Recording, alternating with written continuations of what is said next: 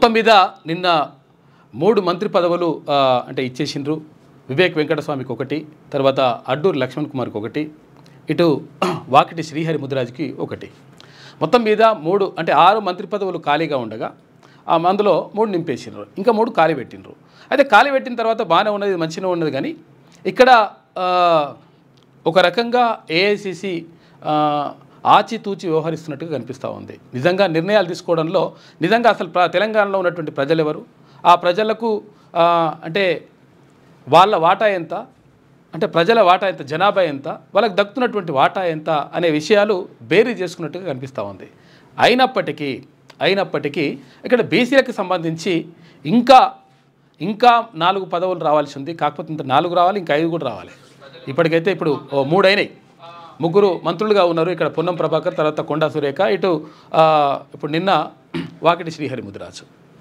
అయితే ఇంకా 4 పదవులు రావాల్సి ఉన్నాయి, ఇంకా అక్కడ 3 ఉన్నాయి. కాకపోతే అయితే మరి ఏమైంది, అసలు యాక్చువల్గా ఏం జరుగుతూ ఉంది, నిజంగా అసలు యాక్చువల్గా ప్రాధాన్యం కల్పించాల్సినటువంటి ఎవరికి అవసరం ఉన్నది అని చెప్పేసి అనుకున్నప్పుడు గతంలో హామీ ఇచ్చినటువంటి కోమటిరెడ్డి రాజగోపాల్ రెడ్డికి, అటు సుదర్శన్ రెడ్డికి, తర్వాత కొంతమందికి ఇవ్వాలని చెప్పేసి అక్కడ ముఖ్యమంత్రి గారు, తర్వాత ఇంకా కొంతమంది భావించినట్టుగా చూసుకోవచ్చు.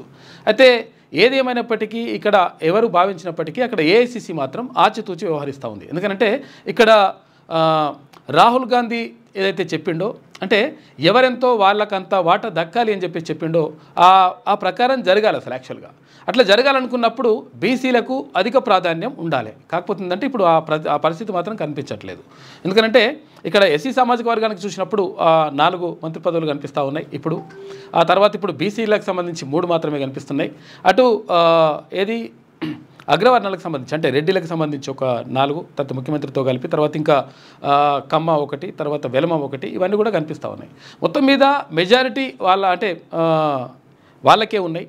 తర్వాత బీసీలకు దక్కాల్సినటువంటి వాటా దక్కలేదు అనేటువంటి మాట మాత్రం తెలంగాణ వ్యాప్తంగా వినిపిస్తూ ఉంది.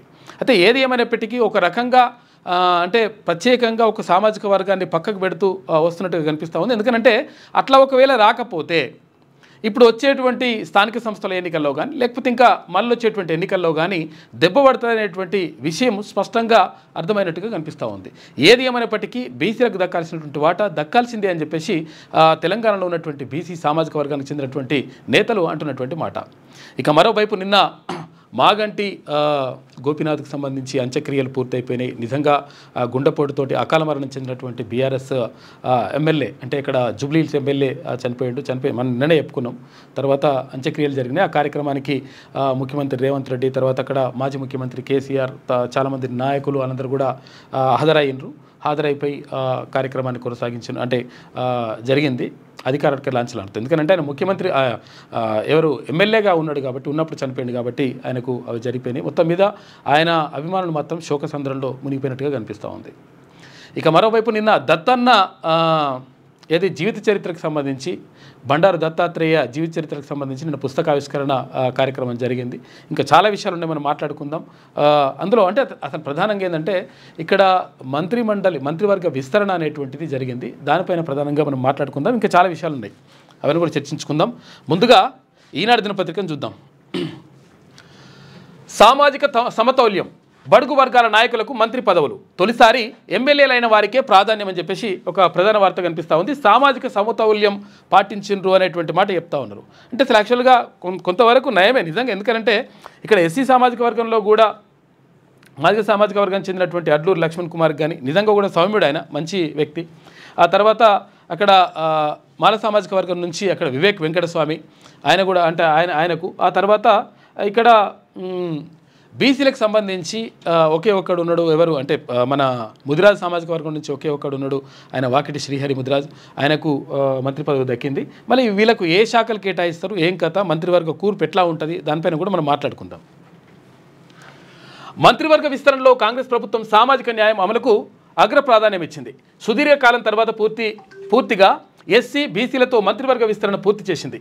సీఎం కాకుండా కొత్తగా చేరిన 3 కలిపి మొత్తం 14 మంది మంత్రులతో 57% అంటే 8 మంది ఎస్సీ ఎస్టీ బీసీలే ఉన్నారు అని చెప్పేసి చెప్తా ఉన్నారు. ఇక్కడ వచ్చినప్పుడు ఎస్సీ ఎస్టీ బీసీలే మరి ఎంతమంది ఉండాలి? ఎంతమంది ఉండాలి? ఒకవేళ మీరు చెప్పినటువంటి జనాభా లెక్కల ప్రకారమే 85% ఉండాలి. మరి 57% అంటే తక్కువనే కదా. తర్వాత ఇప్పుడు బీసీలకు సంబంధించి ఒకసారి మరి ప్రత్యేకంగా చెప్పు అంటే కలిపి చెప్తా ఉన్నారు. ఇట్లా చెప్పినప్పుడు ఏమవుతుంది? మరి ప్రభుత్వం చెప్పినటువంటి లెక్క ప్రకారమే 56.33% ఉండాలి కదా, మరి ఎక్కడున్నది? కలిపి మొత్తం 14 మంది మంత్రులతో 57% అంటే 8 మంది ఎస్సీ ఎస్టీ బీసీలే ఉన్నారు.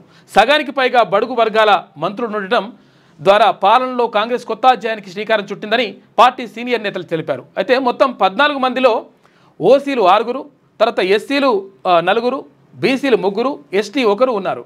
ఇక్కడ కొత్తగా ప్రమాణం చేసిన వారిలో 2 ఎస్సీలు అడ్లూరి లక్ష్మణ్ మాదిగ సామాజిక వర్గం, తర్వాత గడ్డం వివేక్ ఆయన మాల సామాజిక వర్గానికి చెందినటువంటి వారు కాగా, వాకిటి శ్రీహరి బీసీల్లో అత్యధిక జనాభా కలిగినటువంటి ముదిరాజు సామాజిక వర్గానికి చెందినటువంటి వ్యక్తిగా చూసుకోవచ్చు. మనం ఇక కుల సర్వేను ఆధారం చేసుకొని ఎస్సీ ఎస్టీ బీసీ వర్గాల జనాభానే రాష్ట్రంలో అత్యధిక శాతం ఉన్నట్లు కుల సర్వేలో అధికారికంగా నిర్ధారణ కావడంతో పదవుల్లో వారికి అధిక ప్రాధాన్యం ఇవ్వాలని కాంగ్రెస్ అధిష్టానం నిర్ణయించింది. అయితే దేశంలో తొలిసారిగా తెలంగాణలోనే కుల సర్వే పక్కాగా పూర్తి చేయడంతో పాటు ఎస్సీ వర్గీకరణ అమలుకు కూడా శ్రీకారం చుట్టినందున ఆచరణలోనూ చూపాలని పార్టీ పెద్దలు సూచించినట్లుగా తెలుస్తోంది అని చెప్పేసి చెప్తా ఉన్నారు. మొత్తం మీద ఒక రకంగా ఆచితూచి వ్యవహరిస్తూ ఉంది ఏఐసిసి. అక్కడ కాంగ్రెస్ అధిష్టానం ఒక రకంగా జాగ్రత్తగా వ్యవహరిస్తున్నట్టుగా కనిపిస్తూ ఉంది. నిజంగా కూడా అట్లా జాగ్రత్తగా వ్యవహరించాల్సిన అవసరం కూడా ఉన్నది. ఎందుకంటే ప్రజలు ఏదైతే కోరుకుంటున్నారో ఆ ప్రజలు కోరుకుంటున్నటువంటి ప్రజా అభిష్టాన్ని అక్కడ ప్రతిబింబించాలి. అప్పుడు మాత్రమే ఆ ప్రభుత్వం చల్లగా ఉంటుంది, కలకాలం ఉంటుందని చెప్పేసి అంటుంటారు. కాబట్టి అట్లా ప్రయత్నం చేసింది. ప్రమాణ స్వీకారం అనంతరం వాకిటి శ్రీహరికి అభినందనలు తెలుపుతున్న గవర్నర్ జిష్ణుదేవ్ వర్మ, పక్కన సీఎం రేవంత్ రెడ్డి, ప్రమాణ స్వీకారం చేస్తున్న అడ్లూరి లక్ష్మణ్, తర్వాత వివేక్ వెంకటస్వామి అని చెప్పేసి ఇక్కడ చిత్రాలు చూసుకోవచ్చు. మంత్రులుగా వివేక్, లక్ష్మణ్, శ్రీహరి ప్రమాణం. వివేక్ ఇంగ్లీష్లో, తర్వాత మిగిలిన 2 తెలుగులో ప్రమాణ స్వీకారం చేసిండ్రు. కొత్త మంత్రులకు సీఎం తర్వాత గవర్నర్ అభినందనలు తెలిపిండ్రు నిన్న. అయితే వీళ్ళకి అసలు యాక్చువల్గా మంత్రివర్గంలో 57% ఎస్సీ ఎస్టీ బీసీలే ఉన్నారు. తర్వాత ఇక్కడ సుదర్శన్ రెడ్డికి గతంలో హామీ ఇచ్చిండ్రు. తర్వాత అంటే ముఖ్యమంత్రి హామీ ఇచ్చినట్టుగా తెలుస్తా ఉంది. తర్వాత రాజగోపాల్ రెడ్డి అక్కడ భువనగిరి పార్లమెంట్ ఎలక్షన్లకు సంబంధించి మీరు కిరణ్ కుమార్ రెడ్డికి సపోర్ట్ చేస్తే మీకు మంత్రి పదవి ఇస్తానేటువంటి హామీ ఇచ్చినట్టుగా అప్పుడు వార్తలు వచ్చినాయి. ఈ నేపథ్యంలో అక్కడ రాజగోపాల్ రెడ్డి, తర్వాత మల్రెడ్డి రంగారెడ్డి ఇక్కడ రంగారెడ్డి జిల్లా నుంచి మాకు ప్రాతినిధ్యం లేదు కాబట్టి నాకు ఎట్టి పరిస్థితుల్లో ఇవ్వాల్సిందే. అంటే ఇప్పుడు టీడీపీ ఏర్పడినట్టు నుంచి నేను అంటే సీనియర్ నేతగా ఉన్నా. కేసీఆర్ మొట్టమొదట ఎమ్మెల్యే అయినప్పుడు ఆయన కూడా అయ్యిండు మల్రెడ్డి రంగారెడ్డి.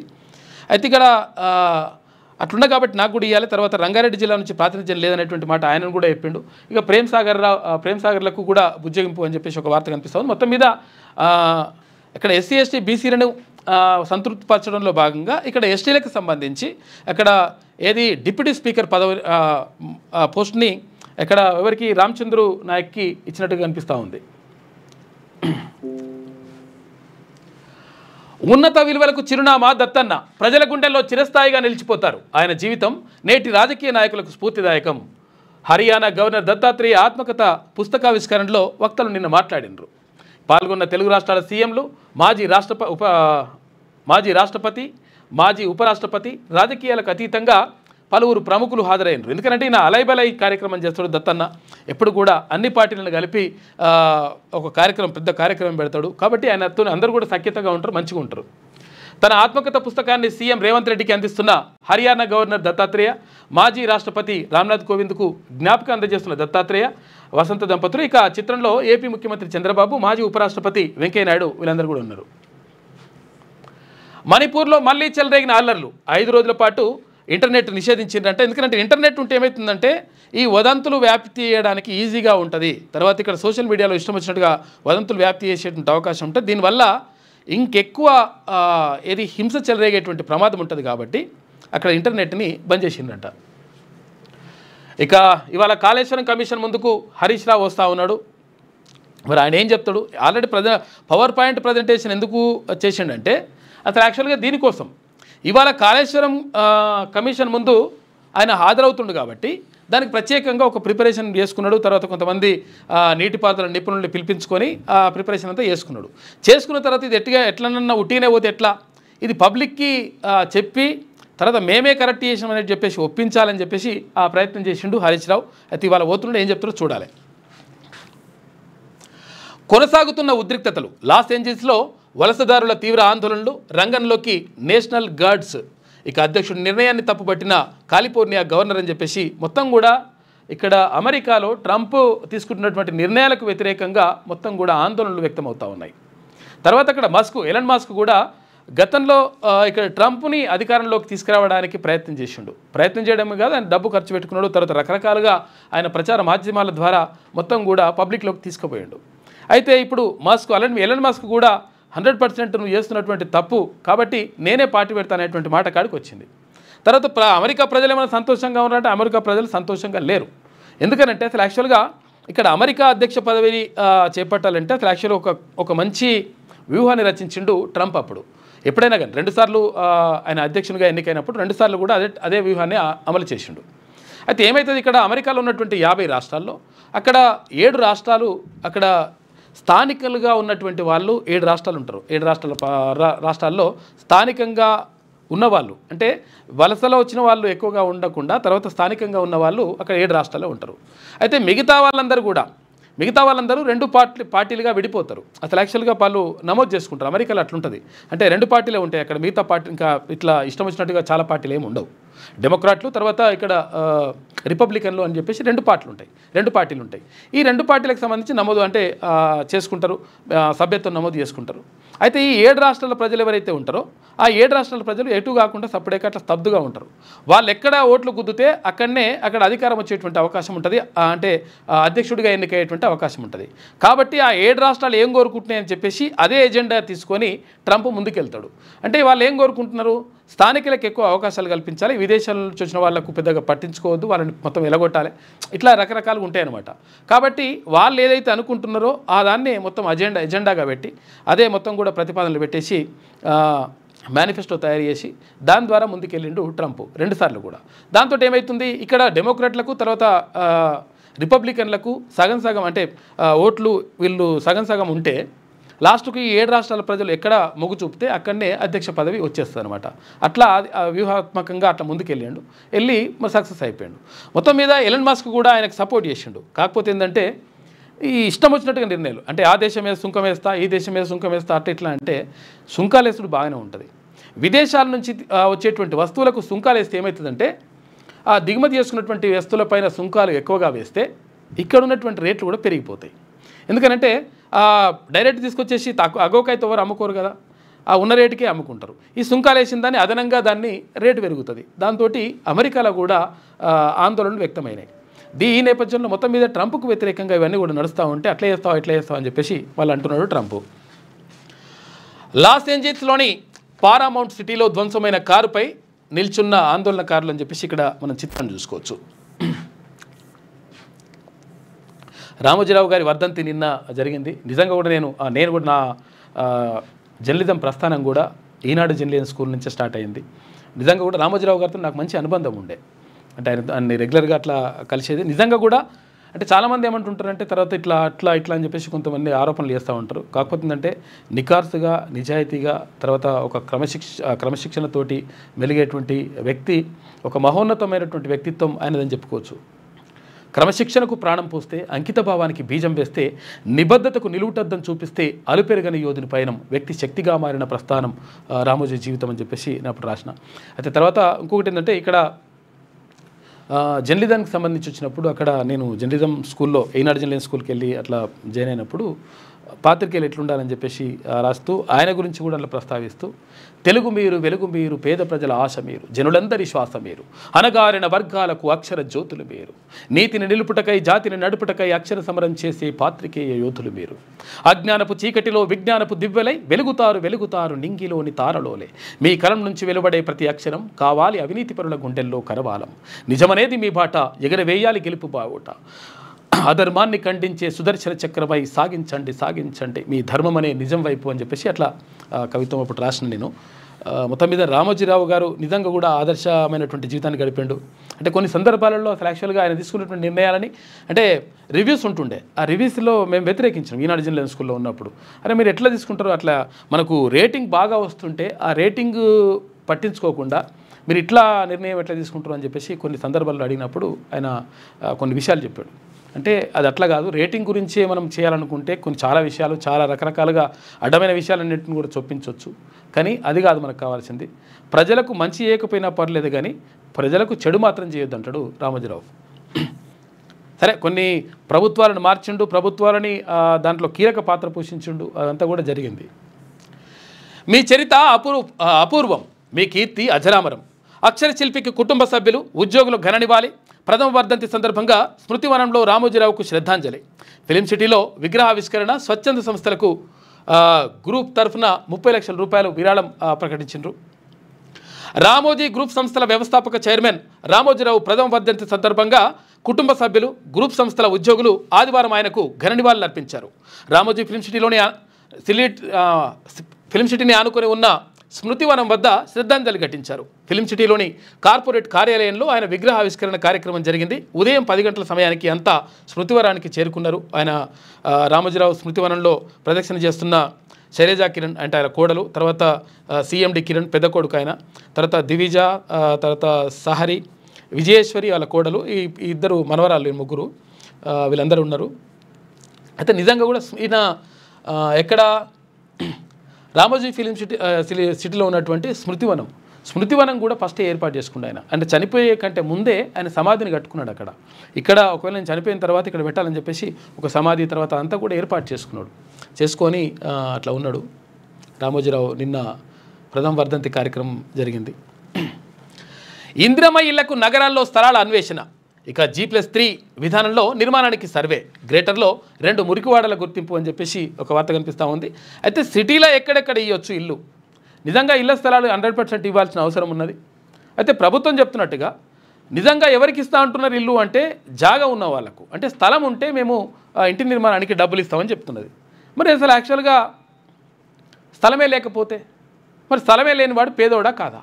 స్థలం ఉన్న వాళ్ళు అంటే ఇప్పుడు సిటీలో స్థలం ఉన్నది అంటే ఎంత లేదనుకున్నా కానీ 50,000కి తక్కువ ఉండదు. ఎడ కూడా ఎంత తక్కువ అనుకున్నా కానీ 50,000కి తక్కువ ఉండదు. ఏది గజానికి 100 గజాలు ఉందంటే 50 లక్షల రూపాయలు ఉంటుంది లెక్క. మరి అటు ఇప్పుడు వాళ్ళకి మాత్రమే ఇల్లు ఇస్తా అంటే ఇవ్వొద్దని కాదు, 100% వాళ్ళకి ఇవ్వాల్సిందే. కానీ ఇల్లు అంటే అక్కడ జాగా లేనటువంటి వాళ్ళకు, స్థలం లేనటువంటి వాళ్ళకు మరి ఇల్లు ఎట్లా అనుకున్నప్పుడు దానికోసమే ప్రయత్నం చేస్తూ ఉందంటే ఇది ఒక నిజంగా కూడా అది మంచి నిర్ణయం. 100% అది చేయాల్సిన అవసరం ఉన్నది. ఎవరైతే పేదలు ఉన్నారో ఆ పేదలకు ఇళ్ల నిర్మాణం కోసం ఎక్కడెక్కడ స్థలాలు ఉన్నాయో ఆ స్థలాలను చూడాలి. తర్వాత జర్నలిస్టులకు సంబంధించి కూడా చాలా కాలంగా ఒక 2 పర్యాయాలు ముఖ్యమంత్రిగా అయ్యిండు కేసీఆర్. అయిన తర్వాత జర్నలిస్టులకు డబుల్ బెడ్రూమ్ ఇల్లు సరిపోతావా, 3 బెడ్రూమ్ ఇల్లు తీసుకొని మంచిగా ఉండాలి, అట్లుండాలి ఇట్లుండాలని చెప్పిండు. అరే చూస్తే అద్భుతం అనిపించింది. కాకపోతే లాస్ట్కి వస్తే జర్నలిస్టుల ద్వారా అధికారంలోకి వచ్చినటువంటి కేసీఆర్ జర్నలిస్టులను మొత్తం కూడా విస్మరించిండు. కాబట్టి కథమైంది కథ.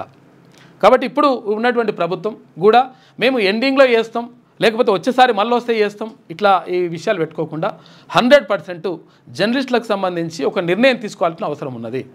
ఎందుకంటే జర్నలిస్టులు అంటే ఇప్పుడు ప్రత్యేకంగా జీతం కోసం కాకుండా ప్రజల కోసం పనిచేస్తూ ఉంటారు. నిజంగా కూడా ప్రభుత్వ ఉద్యోగులు పనిచేయరా అంటే పనిచేస్తారు. కాకపోతే ఏంటంటే ప్రభుత్వ ఉద్యోగులకు రకంగా జీతం వస్తుంది. కానీ జర్నలిస్టులకు ప్రత్యేకంగా జీతాలు ఏమి ఉండవు. మరి మంచి చొక్కాలు వేసుకొని కొంతమంది ఎట్లుంటారంటే పాపం వాళ్ళు ఇంట్లో దారుణమైనటువంటి పరిస్థితులు ఉంటాయి. కేసీఆర్కు ఈ విషయం కూడా ఒకసారి ప్రస్తావించిండు.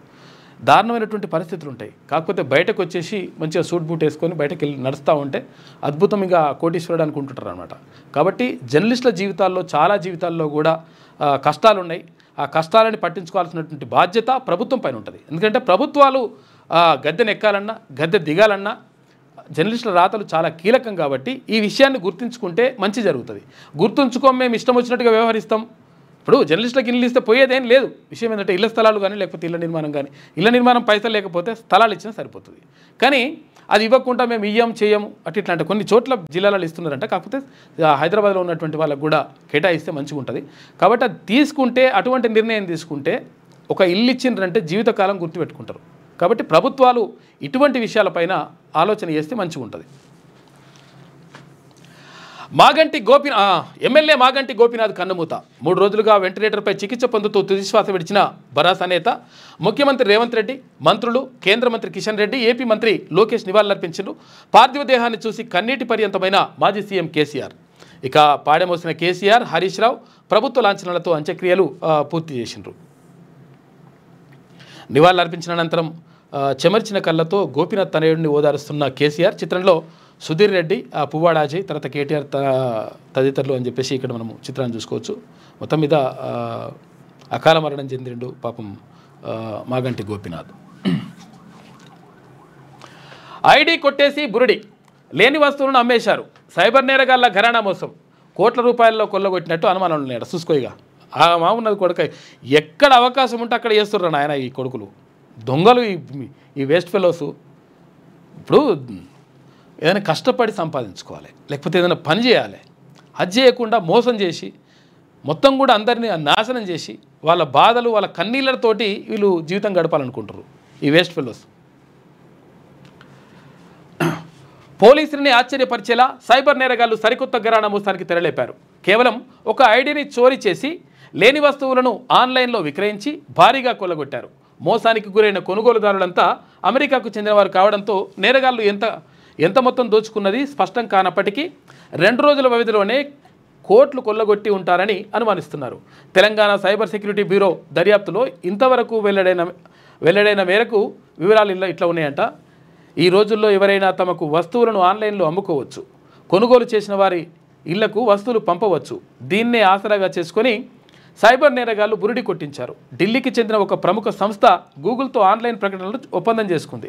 ఎవరైనా తమ వస్తువును డిజిటల్ ప్రచారం చేయాలని కోరినప్పుడు ఆ సంస్థ గూగుల్లో ప్రకటనలు ఇస్తుంది. ఆ ప్రకటనలు ఇచ్చిన వారు అక్కడికే వెళ్ళి డబ్బు చెల్లించి వస్తువును కొనుక్కోవచ్చు. అయితే కాకపోతుందంటే ఇదంతా మోసం చేసేసి అట్లా వేసుకోవచ్చు ఇట్లా వేసుకోవచ్చు అన్నాడంట. పైసలు తీసుకుని అవతల పడ్డారు. ఇట్లా అయిపోయింది మోసం.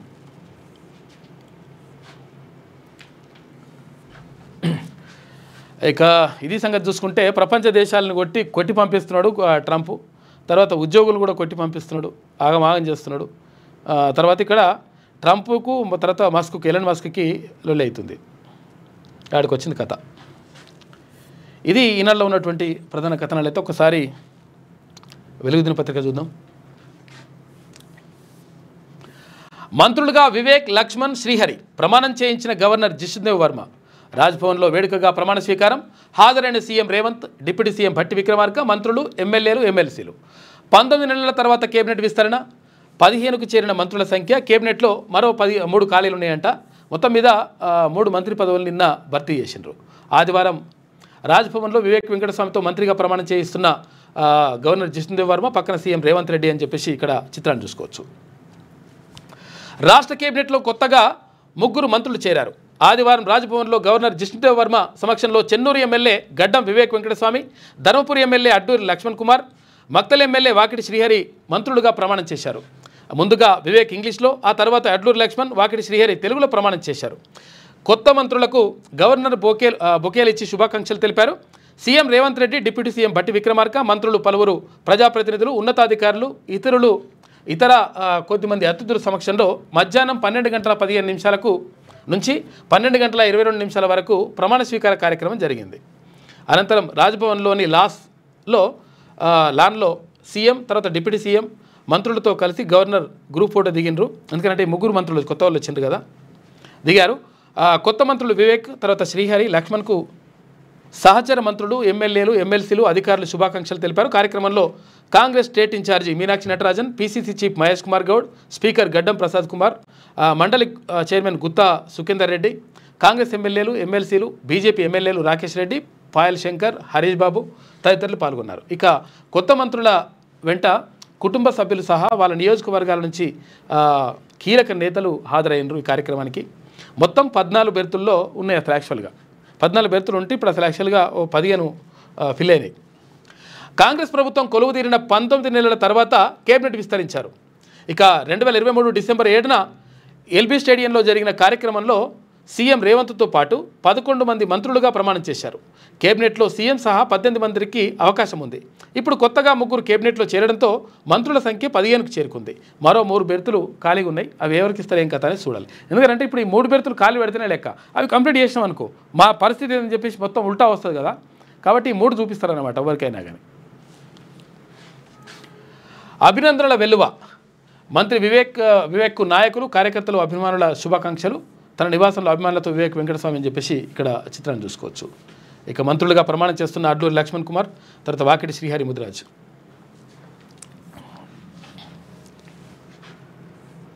ఇక శాఖల కూర్పు. కొత్త మంత్రులకు డిపార్ట్మెంట్ల కేటాయింపుపై సీఎం కసరత్తు చేస్తూ ఉన్నారు.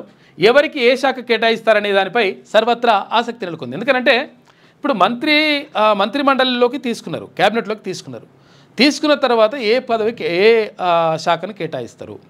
ఇప్పుడు ఉన్నటువంటి మంత్రుల నుంచి కొన్ని శాఖలు మారుస్తారా, లేకపోతే ఖాళీకి ఇప్పుడైతే ఏదైతే ముఖ్యమంత్రి దగ్గర ఉన్నటువంటి మంత్రి పదవులు అయితే ఉన్నాయో ఆ మంత్రి పదవులను కేటాయిస్తారా అనే దానిపైన ఇప్పుడు చర్చ జరుగుతూ ఉంది. చూడాలి మరి ఎవరెవరికి ఏమేమి జరుగుతుంది అనేది.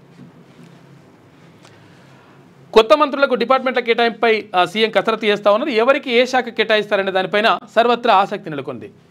రాష్ట్ర కేబినెట్లోకి కొత్తగా తీసుకున్న 3 మంత్రులకు శాఖల కేటాయింపుపై సీఎం రేవంత్ రెడ్డి కసరత్తు ప్రారంభించారు.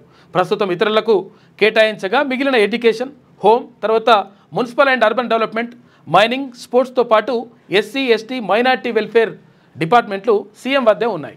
ఈ క్రమంలో ఆదివారం కొత్తగా గడ్డం వివేక్ వెంకటస్వామి, అడ్లూరి లక్ష్మణ్ కుమార్, వాకిటి శ్రీహరిని మంత్రివర్గంలోకి తీసుకున్నారు. ప్రమాణ స్వీకారం కూడా పూర్తయిన నేపథ్యంలో వారికి ఏ శాఖలు కేటాయిస్తారనే దానిపైన చర్చ జరుగుతూ ఉంది. చూడాలి ఏం చేస్తారు. ఇక డిప్యూటీ స్పీకర్గా రామచంద్ర నాయక్ వచ్చే అసెంబ్లీ సెషన్లో నామినేషన్ ఎన్నిక కూడా ఉంటుంది. శుభాకాంక్షలు చెబుతూ సీఎం రేవంత్ ట్వీట్ చేసిండు.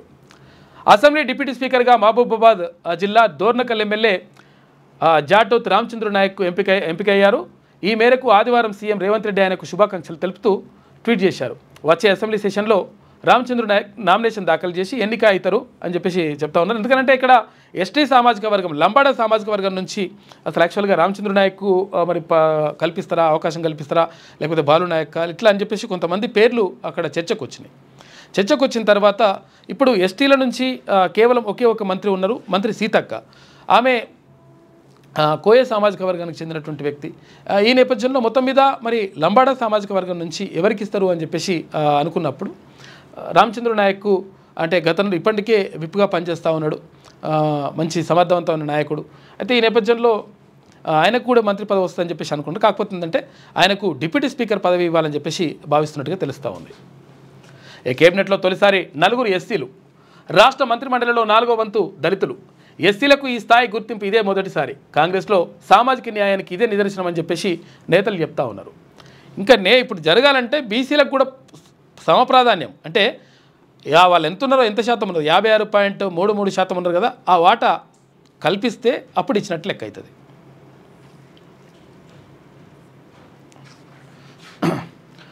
లాస్ ఏంజల్స్లో ఆగ్రహ జ్వాలలు. అమెరికాలోని లాస్ ఏంజల్స్లో 2వ రోజు నిరసనలు కొనసాగాయి. అక్రమ వలసదారుల ఏరివేతకు ఫెడరల్ అధికారులు నిర్వహిస్తున్న తనిఖీలను వ్యతిరేకిస్తూ స్థానికులు పెద్ద సంఖ్యలో రోడ్డెక్కిండ్రు. మేడిగడ్డ బ్యారేజ్ నుంచి 6 మృతదేహాలు వెలికితీత. పాపం నిన్న చనిపోయారుగా పిల్లలు, ఈతకెళ్ళి అంటే పాపం చనిపోయినట్ట మేడిగడ్డ బ్యారేజ్లో ఈతకు వెళ్ళి గల్లంతైన 6 యువకుల శవాలై తేలారు. మృతదేహాలను శనివారం వెలికి తీశారు. తమ పిల్లల జాడ కోసం కుటుంబ సభ్యులు రాత్రంతా పాపం నది వద్దనే ఉన్నారంట. దారుణం పాపం.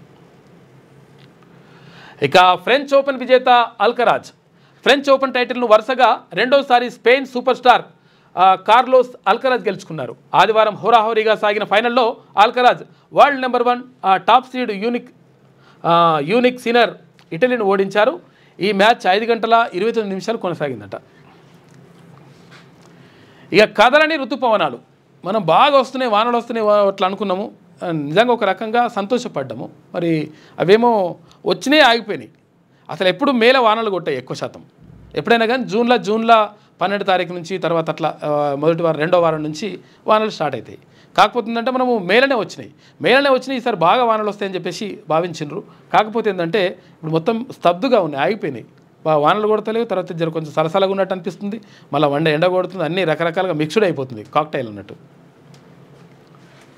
కదలని ఋతుపవనాలు వచ్చినట్టే వచ్చి 10 రోజులుగా స్తబ్దుగానే ఉన్నాయి. ప్రారంభంలోనే భారీ వర్షాలు పడడంతో తేమంతా ఖాళీ అయిపోయింది. అల్పపీడనం లేదా వాయుగుండం ఏర్పడితేనే మళ్ళీ కూడా వానలు వస్తాయి, లేకపోతే ఆ పరిస్థితి లేదట. రాష్ట్రంలోకి నైరుతి ఋతుపవనాలు ఎంత తొందరగా ప్రవేశించాయో ఇప్పుడు అంతే స్తబ్దుగా మారిపోయాయి. 10 రోజులుగా ఋతుపవనాల్లో కదలిక అన్నదే లేకుండా పోయింది. మే 24న కేరళలోకి ఋతుపవనాలు ప్రవేశించగా ఆ తర్వాత 2 రోజులకే తెలంగాణ అంతటా విస్తరించాయి. అంటే మే 26 నాటికి ఋతుపవనాలు రాష్ట్రమంతా వ్యాపించాయి. ఆ తర్వాత ఈశాన్య రాష్ట్రాలకు విస్తరించాయి. ప్రస్తుతం దక్షిణాది రాష్ట్రాల్లో పూర్తిగా, మహారాష్ట్ర, ఛత్తీస్గఢ్, ఒడిశా రాష్ట్రాల్లో సగం ప్రాంతాల వరకు విస్తరించిన ఋతుపవనాలు ఈశాన్య రాష్ట్రాల్లో పూర్తిగా విస్తరించినాయంట. విస్తరించినాయి కానీ ఇప్పుడు వానలు అయితే సరిగ్గా వస్తలేవు, మరి ఏమవుతుందో చూడాలి. వానలు బాగానే కొడతాయి అన్నారు మరి, కానీ మరి ఏమవుతుందో. ఇప్పటివరకు అయితే ఇక్కడ కొంచెం మేల వచ్చినాయి, తర్వాత ఇప్పుడు మళ్ళీ తగ్గిపోయినాయి, మళ్ళీ ఏం కనిపిస్తలేవు. ప్రజల మనిషి దత్తన్న, రాజకీయాల్లో వాజ్పేయికి ఉన్న గౌరవం రాష్ట్రంలో ఆయన సొంతమని చెప్పేసి సీఎం రేవంత్ రెడ్డి అంటా ఉన్నారు. నా school BJP, college TDP, Rahul Gandhi దగ్గర ఉద్యోగం, అందరి సహకారంతోనే రాష్ట్రాభివృద్ధి అని చెప్పేసి కిషన్ రెడ్డి కలిసి రావాలి. పీజీఆర్, దత్తాత్రేయ లాంటి వాళ్ళ స్ఫూర్తి తమ నిర్ణయాల్లో ఉందని వెల్లడి. బండారు దత్తాత్రేయ ఆటోబయోగ్రఫీ ప్రజల కథే నా ఆత్మకథ పుస్తకావిష్కరణలో రేవంత్ రెడ్డి మాట్లాడాడు. మాజీ రాష్ట్రపతి Ramnath Kovind, governor Jishnu Dev Varma, AP CM Chandrababu తదితరులందరూ కూడా నిన్న హాజరైనరు. మొత్తం మీద నా స్కూల్ బీజేపీ, కాలేజ్ ఏమో టీడీపీ, రాహుల్ గాంధీ దగ్గర ఉద్యోగం చేస్తున్నా అని చెప్పేసి ముఖ్యమంత్రి రేవంత్ రెడ్డి అంటా ఉన్నారు. ఇక హర్యానా గవర్నర్ బండారు దత్తాత్రేయ ఆటోబయోగ్రఫీ ప్రజల కథే నా ఆత్మకథ పుస్తకావిష్కరణలో గవర్నర్ జిష్ణుదేవ్ వర్మ, సీఎం రేవంత్ రెడ్డి, కేంద్ర మంత్రి కిషన్ రెడ్డి అని చెప్పేసి ఇక్కడ చిత్రాన్ని చూసుకోవచ్చు. ఇక 26 నుంచి బోనాలు ఉన్నాయట. అమ్మ బయలెళ్ళినాదే, అమ్మ బయలెళ్ళినాదో నాయన అంటుంటుంది కదా కథ. మొత్తం మీద బోనాల పండుగ, బోనాల ఉత్సవం అంటే తెలంగాణకే ప్రత్యేకమైనటువంటి బోనాల పండుగ స్టార్ట్ అవుతూ ఉంది, ఉత్సవాలు. ఈ నెల 26 నుంచి బోనాలు గోల్కొండ మహాంకాళి ఆలయం నుంచి స్టార్ట్ అవుతాయి. ఇక 20 కోట్ల రూపాయలు ప్రభుత్వం మంజూరు చేసిందంట. ఇక సిట్ విచారణకు ప్రభాకర్ రావు, ఈ పాపం మరి ఏమైతుందో చూడాలి. నిన్న వచ్చేసిండు కాక, ఎస్ఐబి చీఫ్గా ఉండి మొత్తం ఆగమాగం చేసేసి మొత్తం దొంగతనంగా అందరి మాటలేని మొత్తం కూడా ఆ పాపాన్ని మూట కట్టుకున్నాడు ఆయన. మరి ఆ పాపానికి ఎట్లయితుందో మరి ఏం కథనో తెలియదు. నాకు క్యాన్సర్ వచ్చిందని చెప్పేసి పోయిండు. దాన్ని మరి ఇది కేసు పెట్టంగానే కథ మాట వెళ్ళిపోయి నిన్న వచ్చిండు. మరి ఇలా హాజరవుతారట. హాజరైతే మరి ఏం చేస్తారో చూడాలి కథ ఏందో. ఇట్లా ఏ పాపం చేస్తే ఎవరైనా ఇట్లా ఉంటుంది లెక్క. ఫోన్ ట్యాపింగ్ కేసులో A1గా ఎస్ఐబి మాజీ చీఫ్ అమెరికా నుంచి దుబాయ్ మీదుగా హైదరాబాద్కు వచ్చేసిండు. ఇమిగ్రేషన్ ప్రాసెస్ తర్వాత తన నివాసానికి పోయిండు, కానీ ఇలా హాజరవుతారట. మరి చూడాలి ఏం చేస్తాడో. మాగంటి గోపీనాథ్ కన్నుమూత, హార్ట్ స్ట్రోక్తో ఈ నెల 5న ఏఐజీ హాస్పిటల్లో చేరిన జూబ్లీహిల్స్ ఎమ్మెల్యే ఆదివారం తెల్లవారుజామున 5:45 తుదిశ్వాస. నివాళులర్పించిన సీఎం రేవంత్ రెడ్డి, మాజీ సీఎం కేసీఆర్, ఏపీ మంత్రి నారా లోకేష్ అధికార లాంఛనాలతో నిన్న అంత్యక్రియలు పూర్తి చేసిండ్రు. మణిపూర్లో మళ్లీ ఆందోళనలు. మైత్రి గ్రూప్ లీడర్ అరెస్టుకు వ్యతిరేకంగా వెల్లువెత్తిన నిరసనలు. రోడ్లపైకి భారీగా తరలివచ్చిన జనం పెట్రోల్ పోసుకుని అంటించుకుంటా అంటూ బెదిరించారట యువకులు. ఇంపాల్ సహా 5 జిల్లాల్లో కర్ఫ్యూ విధించిండ్రు. తర్వాత ఇంటర్నెట్ సేవలు బంద్ చేసిండ్రు. ఇక చేప ప్రసాదం కోసం క్యూ. నాంపల్లి ఎగ్జిబిషన్ గ్రౌండ్కు తరలి వచ్చిన జనం. పంపిణీ కార్యక్రమాన్ని ప్రారంభించిన మంత్రి పొన్నం ప్రభాకర్, పిసిసి చీఫ్ మహేష్ కుమార్ గౌడ్ ఇవాళ ఉదయం 10 గంటల వరకు ఈ చేప ప్రసాదం పంపిణీ కొనసాగుతుందంట. ఈ చేప ప్రసాదం వేసుకుంటే ఉబ్బసం కానీ, తర్వాత అస్తమా కానీ, తర్వాత కొన్ని ఇటువంటి వ్యాధులు ఉంటాయి కదా, అవి నయమైతే అని చెప్పేసి ప్రజలకు నమ్మకం ఉన్నది. చేపలు వేస్తారు, బతుకున్న చేపలే ఇవి ఉంటాయి కదా, కొర్రమట్ట పిల్లలు, ఆ పిల్లలు తీసుకొచ్చి ఆ మందులు కలిపి ఇట్లా వేసేస్తారు. చాలామంది లక్షలాది మంది వస్తుంటారు అక్కడికి. ఎగ్జిబిషన్ గ్రౌండ్లో జరుగుతుంది నాంపల్లిలో. ఇది వెలుగు దినపత్రికలో ఉన్నటువంటి ప్రధాన కథనాలు. అయితే ఒకసారి ఆంధ్రజ్యోతి చూద్దాం. ఆంధ్రజ్యోతి డౌన్లోడ్ కాలేదా? కృత్రిమ రక్తం వచ్చిందట. చూసుకోరిగా రక్తం కూడా ఇప్పుడు ఇవ్వాల్సిన అవసరం. రక్తం ఏరి రక్తదానం, ప్రాణదానం ఇట్లా అన్నారు కదా. ఇప్పుడు ఏం చేస్తున్నారంటే అన్నిటినీ కృత్రిమంగా తయారు చేస్తారు. కృత్రిమ గుండె వచ్చింది, కృత్రిమంగా అన్నీ తయారు చేస్తున్నారు. ఇప్పుడు కృత్రిమంగా రక్తం కూడా తయారు చేస్తున్నారట. ఎవరికైనా వాడచ్చు. అభివృద్ధి చేసిన జపాన్ శాస్త్రవేత్తలు. సాధారణ గది ఉష్ణోగ్రతలో అయితే 2 ఏళ్ల పాటు నిల్వ ఉంటుందంట, నిల్వ చేసే ఛాన్సు. ఇక ఫ్రీజర్లో పెడితే 5 ఏళ్ల దాకా నిల్వ ఉంటుందంట. ఏ, బి, ఓ అన్ని గ్రూపుల వారికి ఎక్కించవచ్చంట. ప్రయోగాల్లో సత్ఫలితాలు 2030 నాటికి అందుబాటులో వస్తాయంట. కృత్రిమ రక్తం కూడా కొత్తది వచ్చేస్తుంది. ఇక తొలిసారి తీన్మార్ ముగ్గురితో రాష్ట్ర మంత్రివర్గ విస్తరణ. ప్రమాణ స్వీకారం చేసిన నూతన మంత్రులు. ఇక రాజ్భవన్లో నిరాడంబరంగా కార్యక్రమం. గడ్డం వివేక్, తర్వాత అడ్డూరి లక్ష్మణ్ కుమార్, వాకిటి శ్రీహరితో ప్రమాణం చేయించిన గవర్నర్ జిష్ణుదేవ్ వర్మ. హాజరైన సీఎం రేవంత్ రెడ్డి, మంత్రులు, పిసిసి చీఫ్ శాసనమండలి చైర్మన్, శాసనసభ స్పీకర్, నేతలు. ఇక 9 నిమిషాల్లో ముగిసిన ప్రమాణ స్వీకార కార్యక్రమం. అందుకని సాక్షిలో నిన్న మన పొద్దున అంటే ఏ కార్యక్రమం అక్కడ హడావిడి లేదు, తోరణాలు లేవు, తర్వాత ఏర్పాట్లు లేవు, ఏం కనిపిస్తలేవు. మరి అందుకే ఉంటుందని చెప్పేసి మనం అనుకున్నాం కదా. అందుకని 9 నిమిషాల్లో చాలా ఈజీగా ఇట్లా తీసుకువేసి ప్రమాణ స్వీకారం చేసేసి పంపించారు. 9 నిమిషాలలో అయిపోయింది లెక్క. ఇక రేవంత్ క్యాబినెట్లో 14కు చేరిన మంత్రుల సంఖ్య. స్థానిక ఎన్నికల తర్వాత మిగిలిన 3 ఖాళీలు భర్తీ చేస్తారని చెప్పేసి అంటా ఉన్నారు. ఇక అసంతృప్తులకు చెక్. విస్తరణలో వ్యూహాత్మకంగా వ్యవహరించిన అధిష్టానం. 1 బీసీ, 2 ఎస్సీలకు కేటాయింపు. సుదర్శన్ రెడ్డి, ప్రేమ్సాగర్ రావు, మల్రెడ్డి రంగారెడ్డి, ఇక్కడ రాజగోపాల్ రెడ్డి నారాజుగా ఉన్నారు. బలహీన వర్గాలకు కేటాయింపుతో బయటపడలేని స్థితి. ఇక అసంతృప్తులకు మీనాక్షి నటరాజన్, తర్వాత మహేష్ కుమార్ గౌడ్ బుజ్జగించిందంట. 3 పెండింగ్ బెర్తుల్లో 1 మైనార్టీకి దక్కే ఛాన్స్ ఉంది అని చెప్పేసి భవిష్యత్తులో అని ఆంధ్రజ్యోతిలో వార్త కనిపిస్తూ ఉంది. ఇక మంత్రులుగా ప్రమాణ స్వీకారం చేసిన వాకిటి శ్రీహరి, గడ్డం వివేక్ వెంకటస్వామి, అడ్లూరి లక్ష్మణ్ కుమార్లకు పుష్పగుచ్చం అందిస్తున్న ముఖ్యమంత్రి రేవంత్ రెడ్డి. చిత్రంలో గవర్నర్ జిష్ణుదేవ్ వర్మ కూడా ఉన్నారు. కలలో కూడా ఊహించలేదు, మంత్రి పదవి వస్తుందని అనుకోలేదు. సామాన్య కార్యకర్తను కాంగ్రెస్ పార్టీ మంత్రిని చేసింది. మాదిగ జాతికి ప్రతినిధిగా అవకాశం కల్పించింది. 1982 నుంచి పార్టీలో ఉన్న ఎన్నో కష్టాలు పడ్డా మంత్రిగా ప్రజా సమస్యల పరిష్కారానికి కృషి చేస్తా. ఆంధ్రజ్యోతితో కొత్త మంత్రి అడ్లూరి లక్ష్మణ్ కుమార్ అంటా ఉన్నాడు. నిజంగా కూడా సౌమ్యుడు లక్ష్మణ్ కుమార్ అన్న. అయితే 4 సార్లు అక్కడ పోటీ చేసి తర్వాత రకరకాలుగా ఇబ్బంది పడి ధర్మపురిలో అట్లా ఇబ్బంది పడ్డా కానీ ప్రజల మధ్యలోనే ఉన్నాడు. ప్రజల కోసమే పనిచేస్తా అని చెప్పేసి గట్టిగా నిర్ణయించుకున్నాడు. అప్పుడు మేము పోయినప్పుడు కూడా తీర్మానం ఉన్న మేమందరం కూడా అక్కడికి వెళ్ళినప్పుడు, ప్రచారానికి వెళ్ళినప్పుడు భారీగా ప్రజలందరూ కూడా స్వచ్ఛందంగా ఆయన కోసం వచ్చిండ్రు. ఎందుకంటే నిజంగా మంచి ప్రజల్లో అట్లా అభిమానాన్ని చొరగొన్నాడు, నాయకునిగా ఉన్నాడు అడ్లూరి లక్ష్మణ్ కుమార్. చాలా సౌమ్యుడు కూడా, మంచి వ్యక్తి. ప్రజాసేవకు మరో అవకాశం. కాకా ఆశయాలను కొనసాగిస్తా. ప్రభుత్వానికి మంచి పేరు తెచ్చేలా పనిచేస్తా. సింగరేణికి కొత్త గనుల కోసం కృషి చేస్తా. ఏ శాఖ ఇవ్వాలో సీఎం నిర్ణయిస్తారని చెప్పేసి వివేక్ వెంకటస్వామి అంటా ఉన్నారు. ఆయన కూడా V6 ఛానల్ కానీ, తర్వాత ఈ వెలుగు దినపత్రిక కానీ అవన్నిటికీ వాళ్ళే. తర్వాత ప్రజాసేవలు కొనసాగుతూ ఉన్నారు. కాకా నుంచి అంటే వాళ్ళ నాన్న నుంచి కూడా నడుస్తుంది లెక్క. ఇక నేడో రేపో శాఖల కేటాయింపు. ఎవరికి కేటాయించని శాఖలు ఇచ్చే ఛాన్స్ ఉందంట. ఉమ్మడి ఆదిలాబాద్ జిల్లాకు తొలిసారి ప్రాధాన్యం వచ్చిందని చెప్పేసి అంటా ఉన్నారు. ఇక స్థానిక పోరు తర్వాత పునర్వ్యవస్థీకరణ. జూలైలోని స్థానిక ఎన్నికలు ఆగస్టు 15 కల్లా పూర్తయ్యే అవకాశం ఉందని చెప్పేసి ఒక ఆశ్చర్యార్థకం క్వశ్చన్ మార్క్ తోటి కనిపిస్తూ ఉంది. ఇక ఎన్నికల్లో పనితీరును బట్టి పునర్వ్యవస్థీకరణలో అవకాశం ఇస్తారని చెప్పేసి అంటున్నారు. చూడాలి మరి ఏం జరుగుతుందో. ఇక మాగంటికి కన్నీటి వీడుకోలు. ఆదివారం తెల్లవారుజామున తుదిశ్వాస విడిచిన జూబ్లీహిల్స్ ఎమ్మెల్యే. నివాళులర్పించిన సీఎం రేవంత్ రెడ్డి, భట్టి విక్రమార్క, నేతలు. కన్నీటి పర్యంతమైన మాజీ సీఎం కేసీఆర్. ఆసుపత్రి నుంచి మహాప్రస్థానం వరకు మాగంటి కుటుంబం వెంట కేటీఆర్, హరీష్ రావు కూడా ఉన్నాడు. మాగంటి కుమారుడి వెంట ఉన్న హిమాన్షు అంటే ఇక్కడ కేటీఆర్ కొడుకు. చివరి చూపు కోసం భారీగా తరలి వచ్చిన బీఆర్ఎస్ శ్రేణులు, అభిమానులు. అధికారిక లాంఛనాలతో నిన్న అంత్యక్రియలు పూర్తయినాయి ఇక్కడ మహాప్రస్థానంలో. మహాప్రస్థానం అంటే అక్కడ ఇది శ్మశాన వాటిక ఉంటుంది. మహాప్రస్థానం దాని పేరు. హైదరాబాద్కు చేరుకున్న ప్రభాకర్ రావు. ఫోన్ ట్యాపింగ్ కేసులో ఇవాళ జూబ్లీహిల్స్ ఠాణాలో విచారణ జరుగుతుంది. ప్రభాకర్ రావుకు శంషాబాద్లో కస్టమ్స్ అధికారులు స్వాగతం పలికిరు. సీరియస్గా తీసుకున్న హైదరాబాద్ పోలీసులు అని చెప్పేసి ఈయననే మొత్తం ఆగం చేసి అందరు ఫోన్లు విన్నాడు. పాపం ఎట్లయితుందో మరి, ఏమవుతుందో, ఎట్లా చేస్తారో చూడాలి మరి.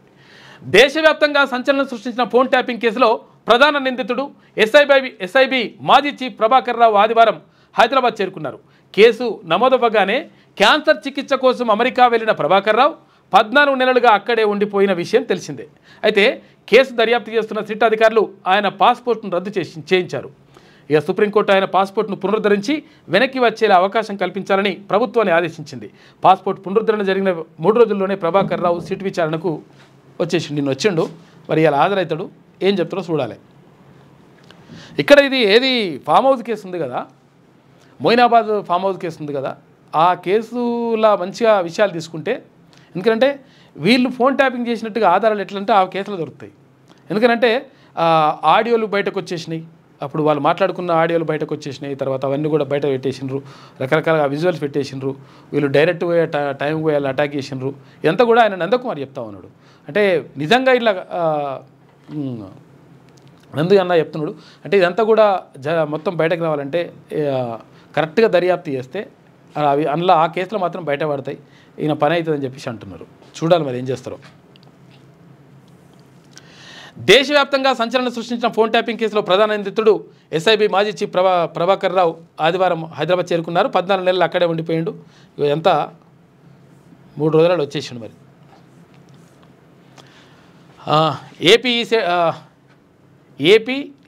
ఈఏపీ సెట్లో మనోళ్ళకు ర్యాంకులు వచ్చినాయంట. ఇంజనీరింగ్లో అనిరుద్ధ్ రెడ్డికి మొదటి ర్యాంకు, ఇక ఎస్ త్రిశూల్కు 8వ ర్యాంకు వచ్చింది. అగ్రి ఫార్మసీలో షణ్ముఖ నిశాంక్కు 2వ ర్యాంకు, షణ్ముఖ్కు 4వ ర్యాంకు వచ్చింది. తెలంగాణ తరహాలో సీట్లు స్థానికులకే ఇవ్వాలని చెప్పేసి ఆంధ్రప్రదేశ్ ప్రభుత్వం నిర్ణయించిందట.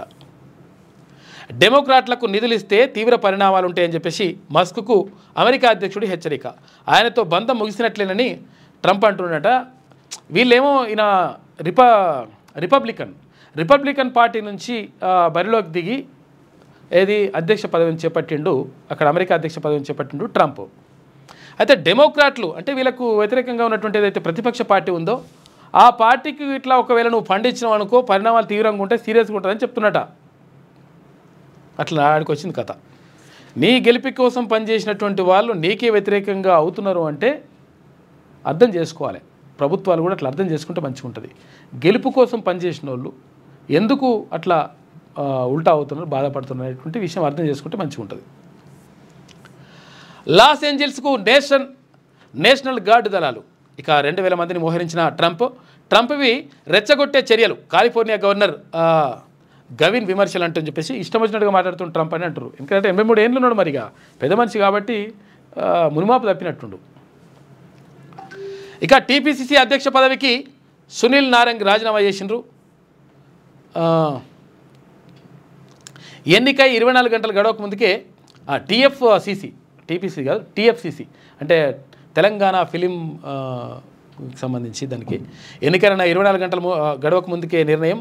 హరిహర వీలమల్లు కోసం థియేటర్లు ఖాళీగా పెట్టుకున్నామన్న టీఎఫ్సీసీ సెక్రటరీ శ్రీధర్ వ్యాఖ్యలతో దుమారం రేగిందంట. తమ ఇమేజ్ను డ్యామేజ్ చేశారంటూ టాలీవుడ్ అగ్రనేతలు హీరోలు ఆగ్రహం వ్యక్తం చేసిండ్రు. అందుకే రాజీనామా అంటూ ప్రచారం జరుగుతూ ఉంది. టీఎఫ్సీసీకి అధ్యక్ష పదవికి సునీల్ నారంగ్ రాజీనామా చేసేసిండు. స్కూల్ బీజేపీ, కాలేజీ టీడీపీ, ఉద్యోగం రాహుల్ దగ్గర. నేను కిషన్ రెడ్డి కలిస్తే రాష్ట్రం అభివృద్ధిలో దూసుకెళ్తుంది. దత్తాత్రేయ, కిషన్ రెడ్డి కుటుంబాలతో సన్నిహిత బంధాలు.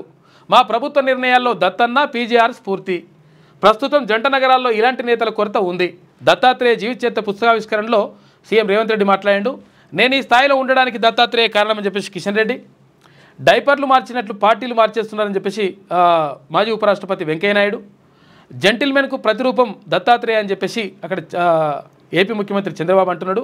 బాబు వల్లే హైదరాబాద్కు బ్రాండ్ ఇమేజ్ అని చెప్పేసి మంత్రి కోమటిరెడ్డి వెంకటరెడ్డి. ఇక బీజేపీ కార్యకర్తలైన ఆస్తి అని చెప్పేసి బండారు దత్తాత్రేయ. వారికి చెవులున్నా వినపడవు, నోరున్నా మాట్లాడరు. కిషన్ రెడ్డిపై రాజాసింగ్ పరోక్షంగా ఆరోపణలు చేసినట. మొత్తం మీద స్కూల్ బీజేపీ, కాలేజీ టీడీపీ, ఉద్యోగం రాహుల్ దగ్గర అని చెప్పేసి ముఖ్యమంత్రి అంటా ఉన్నారు. కేంద్ర మంత్రికి కిషన్ రెడ్డి తాను కలిస్తే తెలంగాణ రాష్ట్రం అభివృద్ధి పదంలో వేగంగా దూసుకెళ్తుందని ముఖ్యమంత్రి రేవంత్ రెడ్డి అన్నారు. రాజకీయాలకు అతీతంగా కిషన్ రెడ్డిని అప్పుడప్పుడు ప్రశ్నిస్తూనే ఉంటానన్న ఆయన రాష్ట్రాన్ని అభివృద్ధి పదంలో నడిపించడానికి ఎప్పుడూ ముందుంటానని స్పష్టం చేశారు. బండారు దత్తాత్రేయ, కిషన్ రెడ్డి కుటుంబాలతో తనకు సన్నిహిత సంబంధాలున్నాయని చెప్పారు. ఇటీవల ఢిల్లీలో నీతి ఆయోగ్ సమావేశం సందర్భంగా ఆయన సరదాగా సంఘటనలు గుర్తు చేసుకున్నట్టు రేవంత్ రెడ్డి మాట్లాడాడు. ఇక శుభాకాంక్షలు శుక్లా. మిషన్ ఆకాశ గంగలో భాగంగా రేపే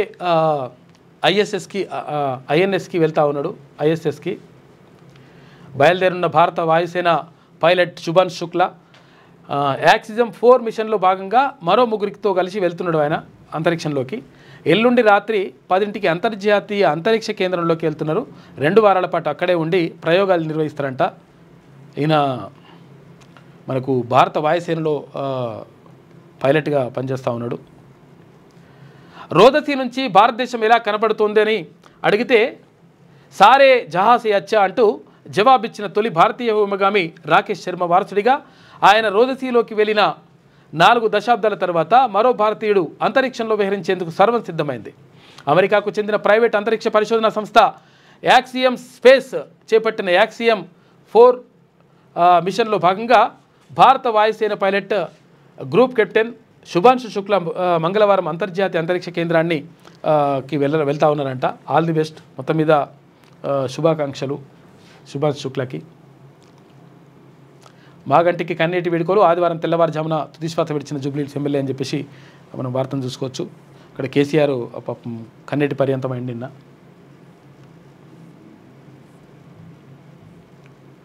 ఇది ఆంధ్రజ్యోతిలో ఉన్నటువంటి ప్రధాన కథనాలు. అయితే ఒకసారి శనార్థి తెలంగాణ చూద్దాం. బీసీలకు మరో 4 బాకీ, అక్కడ ఉన్నాయి 3 మరో 4 బాకీ. ఎట్లుంటే పరిస్థితి? ఇప్పటికీ దక్కినవి 3. కాంగ్రెస్ బీసీ లెక్క 42%. ఈ లెక్కన అంటే అసలు యాక్చువల్గా 56.33 కాకుండా 42% ఇచ్చినా కానీ ఇంకా 4 రావాలి. ఈ లెక్కన బీసీలకు 7 మంత్రి పదవులు ఇవ్వాల్సిందే. క్యాబినెట్లో పద్మశాలి, గౌడ్, ముదిరాజులకు చోటున్నది. ఇక్కడ పద్మశాలి నుంచి ఇక్కడ కొండా సురేఖ, గౌడ్ నుంచి పొన్నం ప్రభాకర్ గౌడ్, తర్వాత ముదిరాజు నుంచి నిన్న వాకిటి శ్రీహరి ముదిరాకి ఇచ్చిండ్రు. అయితే ఇక్కడ మున్నూరు కాపు, యాదవ, ఎంబీసీలకు ప్రయారిటీ మరి లేదు, శూన్యం. ఎందుకు ఇస్తలేనని చెప్పేసి అడుగుతా ఉన్నారు. ఇక కేబినెట్ విస్తరణలో సామాజిక న్యాయానికి పెద్దపీట వేయాలని కాంగ్రెస్ ఆ పార్టీ తీరుపై బీసీ వర్గాలు గుర్రుగా ఉన్నాయని చెప్పేసి ప్రత్యేక కథనాన్ని వేసింది శనార్థి తెలంగాణ దినపత్రిక.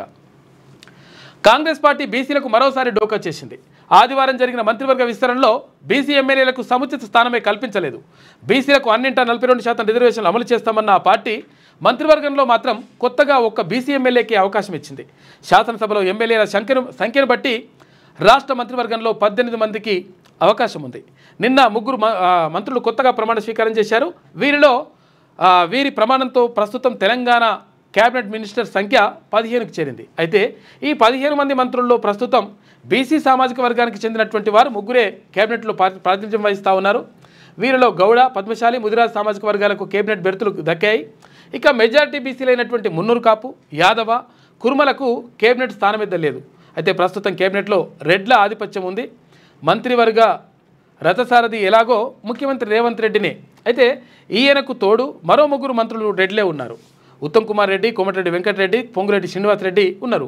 అయితే ఈ సామాజిక వర్గం నుంచి కేబినెట్లో ప్రాతినిధ్యం వహిస్తూ ఉన్నారు. తెలంగాణలో రెడ్ల జనాభా దాదాపు 10 నుంచి 15 లక్షల దాకా ఉంటుందనేది అంచనా.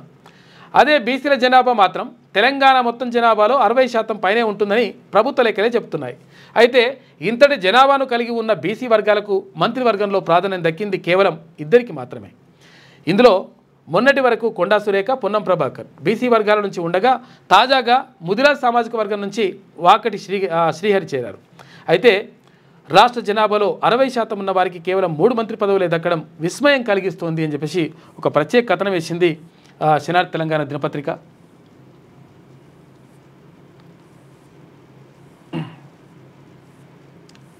ఇక్కడ ఇక్కడ 4 బాకీ ఉన్నాయి. రాష్ట్రంలో ఎస్సీ జనాభా దాదాపు 17% వరకు ఉంటుందని ప్రభుత్వ లెక్కలు చెబుతున్నాయి. అయితే వీరికి కాంగ్రెస్ పార్టీ సముచిత ప్రయారిటీనే కల్పించింది. మాల సామాజిక వర్గాలను హైకమాండ్ బ్యాలెన్స్ చేసింది. మాదిగ దాని ఉపకులాల నుంచి చెరి 2 చొప్పున మొత్తం 4 మంత్రి పదవులను వారికి కట్టబెట్టింది. ఈ వర్గాల నుంచి దామోదర్ రాజనరసింహ, బట్టి విక్రమార్క, తాజాగా అడ్లూరి లక్ష్మణ్ కుమార్, తర్వాత వివేక్ వెంకటస్వామి చేరికతో మొత్తం 4 మినిస్టర్లు అయ్యారు. అయితే రాష్ట్రంలో కేవలం 10 నుంచి 15% జనాభా ఉన్న రెడ్లకు 4 పోర్టుఫోలియోలు దక్కగా తెలంగాణలో 17% జనాభా ఉన్న ఎస్సీలకు మరో 4 మంత్రి పదవులు దక్కాయి. ఇక ఈ 2 సామాజిక వర్గాలు కలిసినా బీసీ జనాభాలో సగం కూడా ఉండవు. అయినా కాంగ్రెస్ పార్టీ ఈ 2 సామాజిక వర్గాల ఎమ్మెల్యేలకు చెరో 4 మినిస్టర్ పోస్టులను కట్టబెట్టింది. అదే ఈ 2 సామాజిక వర్గాల కన్నా రెట్టింపు జనాభా ఉన్నటువంటి బీసీ వర్గాలకు మాత్రం 3 మంత్రి పదవులు దక్కడం గమనార్హం. వాస్తవానికి కాంగ్రెస్ పార్టీ చెప్పిన కామారెడ్డి డిక్లరేషన్ ప్రకారం బీసీల 42% రిజర్వేషన్ విధానాన్ని అమల్లోకి తీసుకుంటే మరో 4 మంత్రి పదవులు వారికి బాకీ ఉందని చెప్పాలి. అయితే అదే 56% జనాభా దామాషను లెక్కిస్తే మాత్రం మరో 2 పదవులు అదనంగా ఇవ్వాల్సిందే, అంటే 9 అవుతాయి. అయితే ఆది నుంచి బీసీలకు పెద్దపీట వేస్తామని, వారికి 42% కోటాను అమలు చేస్తామని చెబుతున్న కాంగ్రెస్ ఆచరణలో మాత్రం అస్సలు ఇంప్లిమెంట్ చేయకపోవడంపై ఆయా వర్గాలు నుంచి విమర్శలు వెల్లువెత్తా ఉన్నాయని చెప్పేసి అంటా ఉన్నారు. మరి ఏం చేస్తారో చూడాలి. ఇట్లున్నది పరిస్థితి. మేమిచ్చినాం అంటే బీసీలకు అన్యాయం చేసిండ్రు, ఇది కథ. ఇక కేబినెట్లోకి ముగ్గురు కొత్త మంత్రులు వివేక్, లక్ష్మణ్, శ్రీహరి ప్రమాణం. మధ్యాహ్నం 12:19 రాజ్భవన్లో ప్రమాణ స్వీకారం. కొత్త మంత్రుల ఎంపికలో ఎస్సీలకు పెద్దపీట, మాలలకు ఒకటి, మాదిగలకు మరొకటి మినిస్ట్రీ. ఇక బీసీ కోటాలో వాకిటి శ్రీహరి, రెడ్లకు దక్కని ఛాన్స్. సుదర్శన్ రెడ్డి, రాజగోపాల్ రెడ్డి, మల్రెడ్డి రంగారెడ్డి అలక. ఇక Rajagopal Reddy phone switch off అయిందంట. సుదర్శన్ రెడ్డి, మల్రెడ్డి రంగారెడ్డిలకు బుజ్జగింపులు. మెత్తబడ్డ మల్రెడ్డి రంగారెడ్డి, బీసీ ఎమ్మెల్యేల నుంచి పెద్దగా లేని వ్యతిరేకత అని చెప్పేసి ఒక వార్త కనిపిస్తూ ఉంది. రాస్తాలో రాజాసింగ్ ఇక సొంత పార్టీలో ఇమడలేడు, మరో పార్టీలోకి వెళ్ళలేడు. యోగి మనిషిగా రాజాసింగ్కు గుర్తింపు ఉన్నది. అందుకే దొరకని అమిత్ షా అపాయింట్మెంట్. రాష్ట్ర నాయకత్వంతోనూ రాజాకు పొసగని వైనం. అస్పష్టతలో రాజాసింగ్ రాజకీయ భవితవ్యం అని చెప్పేసి ఒక వార్త కనిపిస్తూ ఉంది. మొత్తం మీద రాజాసింగ్ బీజేపీలోనే ఉంటాడు, తర్వాత బీజేపీలో మరి చాలామందితో పడతలేదు అని చెప్పేసి ఉన్నది పరిస్థితి. ఎటు కాకుంటుందట. బయట పార్టీలకు వెళ్ళలేని పరిస్థితి, ఆ పార్టీలనేమో పొసుకుతలేదంట.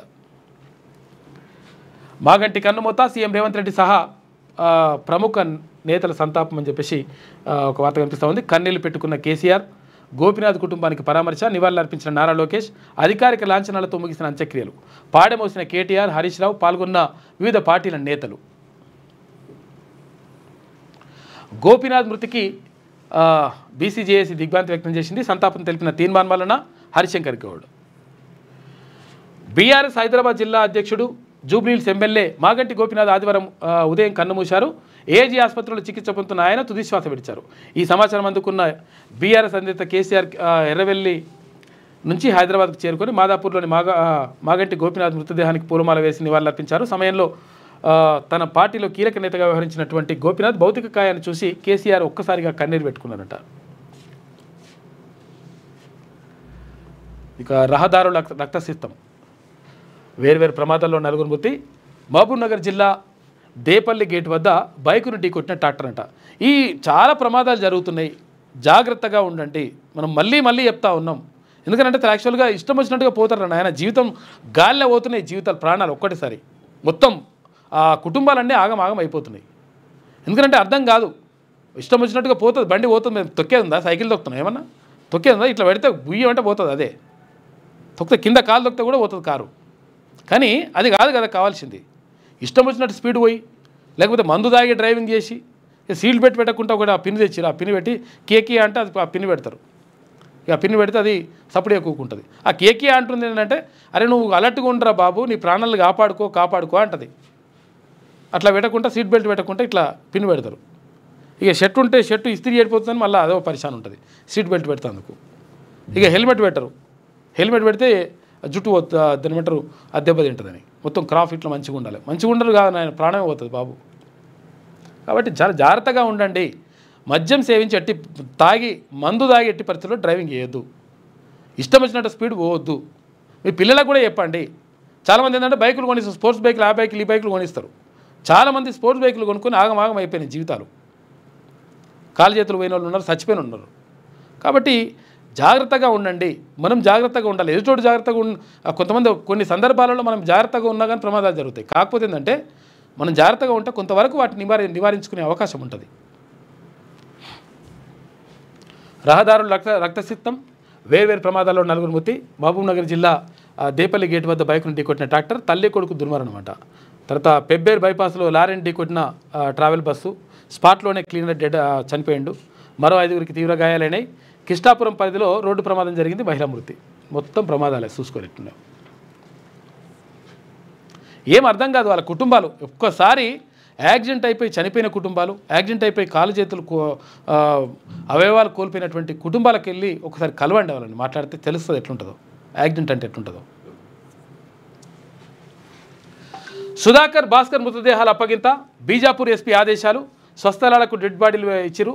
అయితే నంబాల కేశవరావు మొన్న ఇయ్యలేదు కదా, అప్పుడు ఇవ్వకపోతే కొంచెం వ్యతిరేకత వచ్చిందని చెప్పేసి ఇప్పుడున్నటువంటి మావోయిస్టు నేతలు ఎవరైతే చంపేసిండ్రో వాళ్ళకి మృతదేహాలు ఇచ్చేసిండ్రట. ఇవాళ మృతదేహాలకు అంత్యక్రియలు.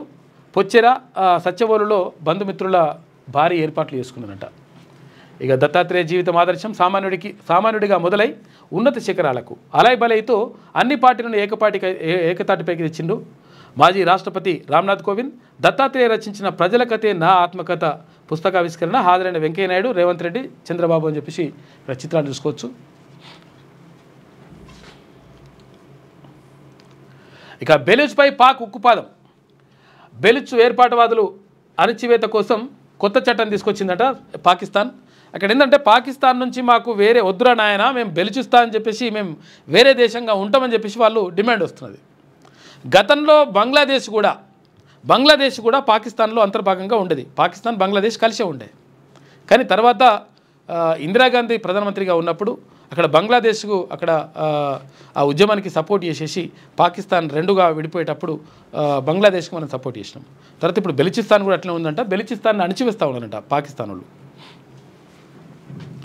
బెలూచ్ వేర్పాటువాదుల అణచివేత కోసం కొత్త చట్టం తీసుకొస్తా ఉన్నారంట. సైన్యానికి విస్తృత అధికారాలు, ఏ పౌరుడినైనా అదుపులోకి తీసుకునేలా వెసులుబాటు కల్పించిండ్రు. 90 రోజుల నిర్బంధానికి ఛాన్సు. పాక్పై మానవ హక్కుల సంఘాలు మండిపాటు అని చెప్పేసి ఒక వార్త కనిపిస్తూ ఉంది. వీళ్ళు అంటే మా దేశం మాకు కావాలని చెప్పేసి వాళ్ళు కొట్లాడుతున్నారు. ఇక చేప ప్రసాదం పంపిణీ షురూ అయింది. ప్రారంభించిన మంత్రి పొన్నం ప్రభాకర్. భారీగా గురికట్టిన జనం. అస్వస్థతకు గురై గుండెపోటుతో వృద్ధుడు చనిపోయాడట పాపం. ఆదివాసీ మహిళలకు తప్పని తిప్పలు. రోడ్డు సౌకర్యం లేక పురిటి నొప్పులతో గర్భిణీ అవస్థలు. మంచం సాయంతో ఊరు దాటించిన స్థానికులు. పినపాక మండలం ఉమేష్ చంద్రనగర్లో ఘటన చోటు చేసుకున్నది. ఇప్పటికి కూడా ఇట్లా మంచాలకు ఇట్లా కాడం వేయాల్సిన పరిస్థితి ఎట్లా వస్తూ ఉంది. ప్రభుత్వాలు దీనిపైన దృష్టి పెట్టాలి. అప్పుడు ఏమన్నాడు కేసీఆర్ ముఖ్యమంత్రిగా ఉన్నప్పుడు, ఈ ఆదివాసీ గూడాలకు రోడ్డు లేకపోతే హెలికాప్టర్ అంబులెన్స్లు పెడతా అన్నాడు. హెలికాప్టర్ అంబులెన్స్ పెట్టమని వాళ్ళు అడుగుతలేరు. మా ఊరికి కొంచెం పోతందుకు వస్తందుకు రోడ్ వేస్తే మంచిగా ఉంటుంది, సరిపోతే వాహనాలు తిరిగితే మంచిగా ఉంటుంది. ఎందుకంటే ఇప్పుడు చూసిరా పురిటి నొప్పులు వస్తుంటే ఏం చేయాలని అర్థం కాక మంచం పట్టుకొని కాడ మోసుకుంటూ పోతున్నారు. కాబట్టి వీటిపైన దృష్టి పెట్టాల్సిన అవసరం ప్రభుత్వం పైన ఉంటుంది. ఇప్పుడు కూడా ప్రభుత్వం దీనిపైన ఆలోచించాలి. వాళ్ళకి ఎందుకంటే వైద్య సౌకర్యం కల్పించాలి. తర్వాత రోడ్డు రవాణా సౌకర్యం కల్పిస్తే వాళ్ళు కొంతవరకు నాగరిక ప్రపంచంతో కనెక్టివిటీ ఉంటుంది. మారుమూల ఏజెన్సీ గ్రామవాసులకు తిప్పలు తప్పడం లేదు. స్వాతంత్రం వచ్చి ఇన్ని సంవత్సరాలు అవుతున్నా రహదారి సౌకర్యం లేక ఆదివాసులు అవస్థలు పడుతూనే ఉన్నారు. ముఖ్యంగా గర్భిణులు తీవ్ర కష్టాలు ఎదుర్కోవడం పరిపాటిగా మారింది. రహదారి సౌకర్యం లేకపోవడం వల్ల పురిటి నొప్పుల సమయంలో ఇబ్బందులు ఎదుర్కొంటున్నారు. రోడ్డు మార్గం లేకపోవడం వల్ల గ్రామానికి అంబులెన్స్ వెళ్ళడానికి అవకాశం లేకుండా పోయిందని చెప్పేసి ఒక వార్త కనిపిస్తూ ఉంది. చాలా గ్రామాలకు రోడ్లు ఆగమాగం ఉన్నాయి. మా ఊరు రోడ్డు కూడా బొమ్మల రామారావు నుంచి మా ఊరికి మల్యాలకు వెళ్ళే రోడ్డు మొత్తం దారుణంగా ఉందో పరిస్థితి. ఎమ్మెల్యే గారు కూడా అక్కడ బీర్లయ్య గారు కూడా చెప్తే ఆయన చేస్తా అన్నాడు. కాకపోతే అంటే అక్కడ సైడ్ చేస్తున్నాడు, అక్కడ ధర్మారెడ్డి గురి నుంచి మల్యాలకి చేస్తున్నాడు. కాకపోతే బొమ్మల రామారావు నుంచి మల్యాలకి అవసరం. ఎందుకంటే మా దగ్గర కస్తూర్బా స్కూల్ ఉంటుంది, తర్వాత ఇంటర్మీడియట్ డిగ్రీ వరకు అక్కడ స్కూల్ ఉన్నది. తర్వాత చాలా ఇబ్బంది పడుతూ ఉన్నారు. అక్కడ తల్లిదండ్రులు వచ్చిన తల్లిదండ్రులు ఇబ్బంది పడుతున్నారు, ఊరలు కూడా చాలా ఇబ్బంది పడుతూ ఉన్నారు. కాబట్టి బీర్లయ్య గారు దీనిపైన దృష్టి పెడితే మంచిగా ఉంటుంది. కాబట్టి రాష్ట్ర ప్రభుత్వం కూడా ఎక్కడెక్కడ రోడ్లు లేవో వాటన్నిటిపైన దృష్టి పెట్టాలి.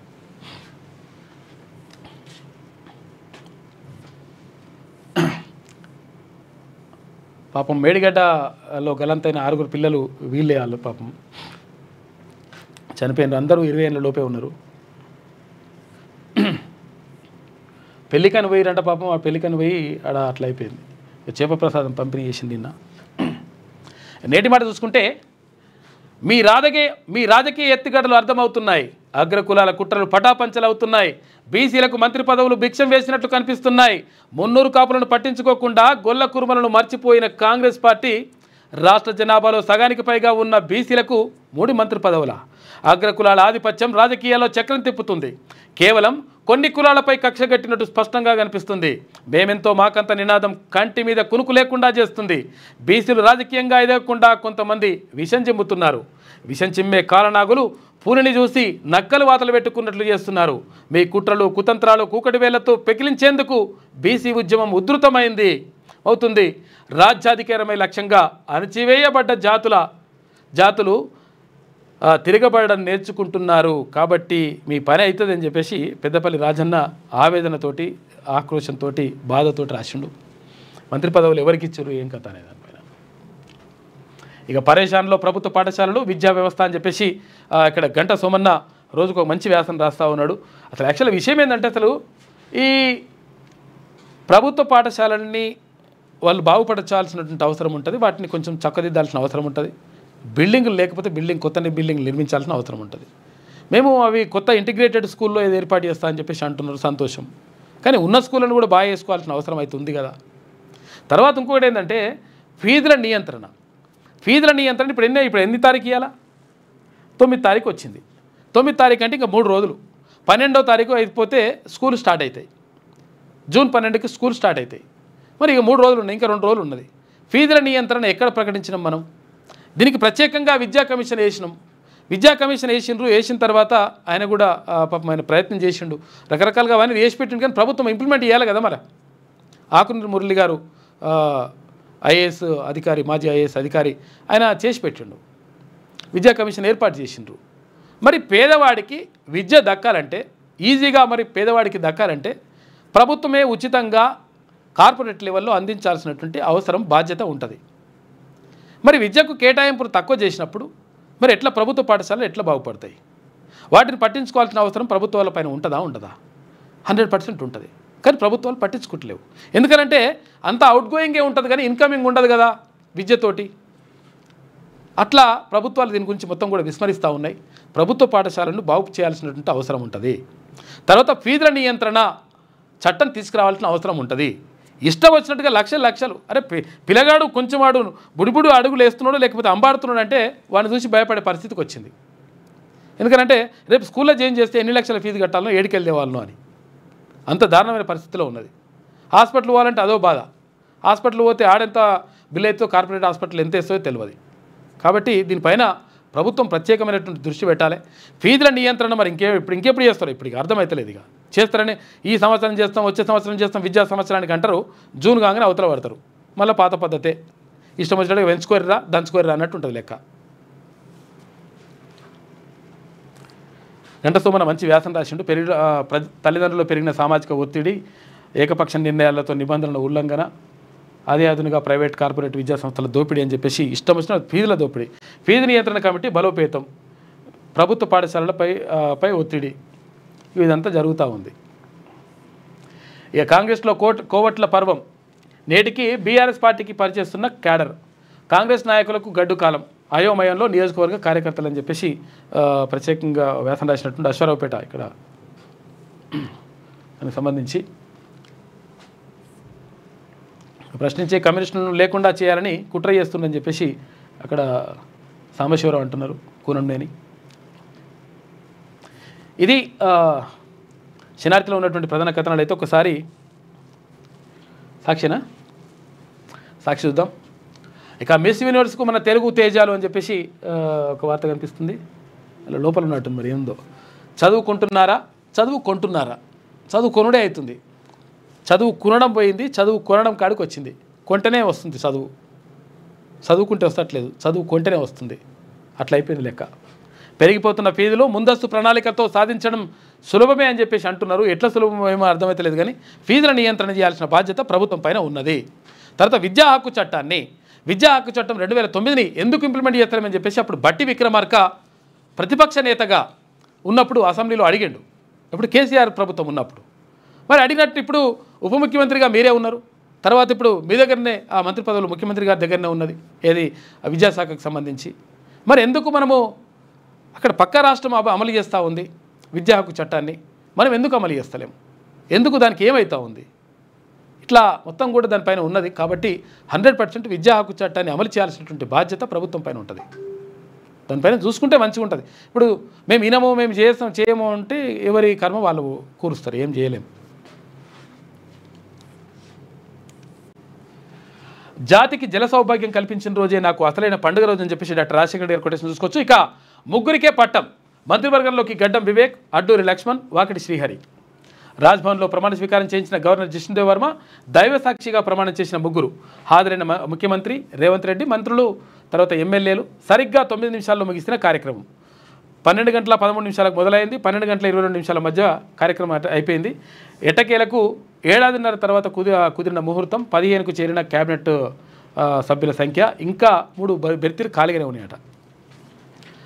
మహిళా సాధికారతకు 11 ఏళ్లుగా కృషి, ప్రభుత్వ అండతో వారి కలలు సాకారం అని చెప్పేసి ప్రధాని మోడీ అంటున్నాడు.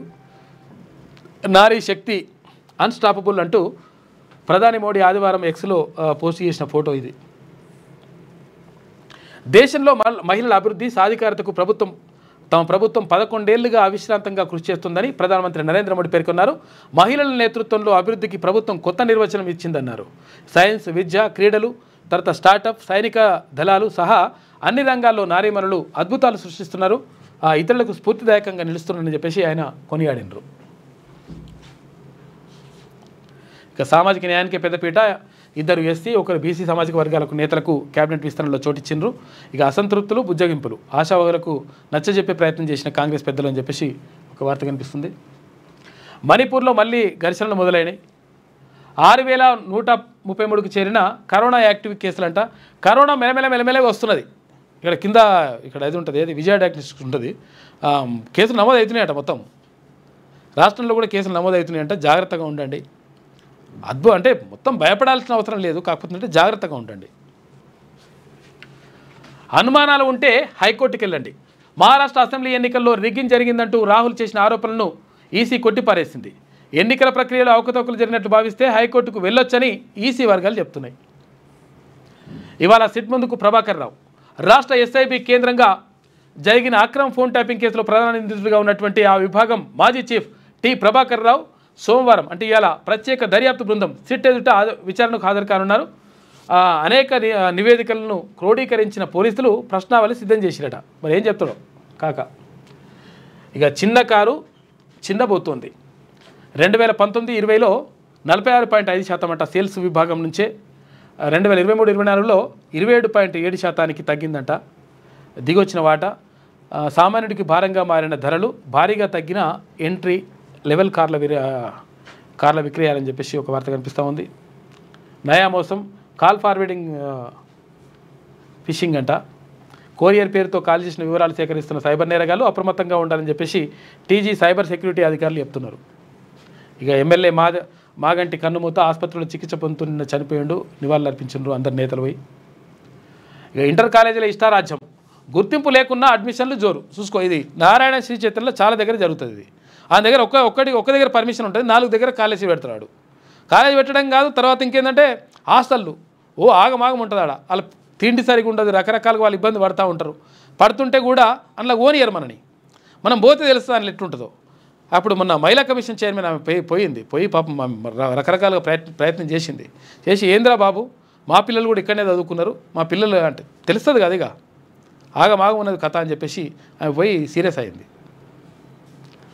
ఇంటర్ కాలేజీల ఇష్టారాజ్యం, గుర్తింపు లేకున్న అడ్మిషన్ల జోరు, గుర్తింపు వచ్చినవి సగం కూడా లేవు.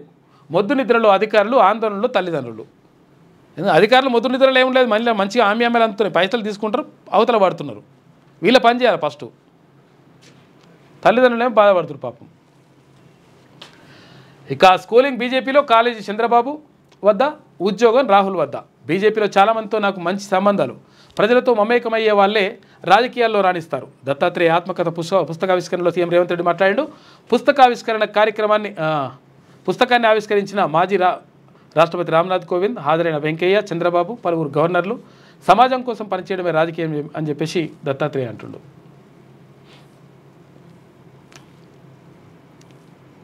ఇది సాక్షిలో ఉన్నటువంటి ప్రధాన కథనాలు. అయితే ఒక్కసారి ఈమె ఏమంటుందో చూసి కంప్లీట్ చేద్దాం.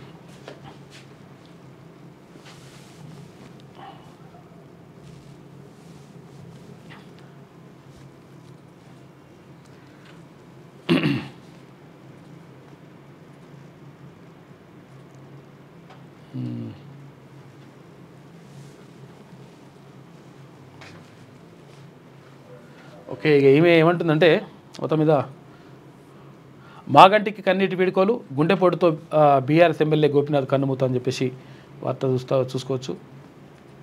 మోదీ స్కూల్లో బాబు కాలేజీలో చదువుకున్న, ఇప్పుడు రాహుల్ గాంధీ దగ్గర ఉద్యోగం చేస్తున్న దత్తాత్రేయ పుస్తకావిష్కరణలో రేవంత్ ఆసక్తికర వ్యాఖ్యలు. కిషన్ రెడ్డితో తనకు ప్రత్యేక అనుబంధం ఉందన్న సీఎం. హైదరాబాద్ అంటే చంద్రబాబే గుర్తొస్తారని చెప్పేసి మంత్రి కోమటిరెడ్డి నిన్న వ్యాఖ్యలు చేశారు. కౌలు రైతు బలవన్ మరణం, దిగుబడి రాక అప్పుల పాలు, పురుగుల మందు దాగి పాపం పత్తి రైతు ఆత్మహత్య చేసుకున్నట్టు వరంగల్ జిల్లాలో విషాదం. అక్కడ వరద, ఇక్కడ బురద, ఎన్డీఏసీఏ దుర్మార్గం. 2020లో కొట్టుకుపోయిన పోలవరం డయాఫ్రమ్ వాల్. ఇక 2 ఏళ్లకే గోదావరి పాలైన సిడబ్ల్యూసి డిజైన్ నిర్మాణం. 5 ఏళ్లైనా నివేదిక లేదు, పార్లమెంట్లో అడిగిన ప్రశ్నకు జవాబు దాటవేత, మేడిగడ్డలో పిల్లర్ కుంగిపోతే గంటల వ్యవధిలోనే నివేదిక, ఏడాదిన్నరలో 3 నివేదికలు ఇచ్చిన ఎన్డీఎస్సీ అని చెప్పేసి ఈమె రాసుకొచ్చింది ఉల్టా. ఇక మంత్రివర్గంలోకి మరో 3 కొత్త మంత్రుల ప్రమాణ స్వీకారం, క్యాబినెట్లోకి వివేక్, వాకిటి శ్రీహరి, అడ్లూరి లక్ష్మణ్ కుమార్. ఇక ప్రమాణ స్వీకారం చేయించిన గవర్నర్ జిష్ణుదేవ్ వర్మ రామచంద్ర నాయక్కు డిప్యూటీ స్పీకర్ పదవి హామీ ఇచ్చిందంట. ఇక శాఖల కేటాయింపుపై సస్పెన్స్, ఇవాళ బాధ్యతల స్వీకరణ. ఖాళీ చేయండి లేకపోతే లాఠీ చార్జే, 2 రోజుల్లో సర్దుకొని పోవాలి, కోర్టు ఇచ్చిన స్టే ఆర్డర్ నాలుక గీసుకోవడానికి కూడా పనికిరాదు, సున్నం చెరువు వద్ద హైడ్రా అధికారులు బెదిరింపులంట.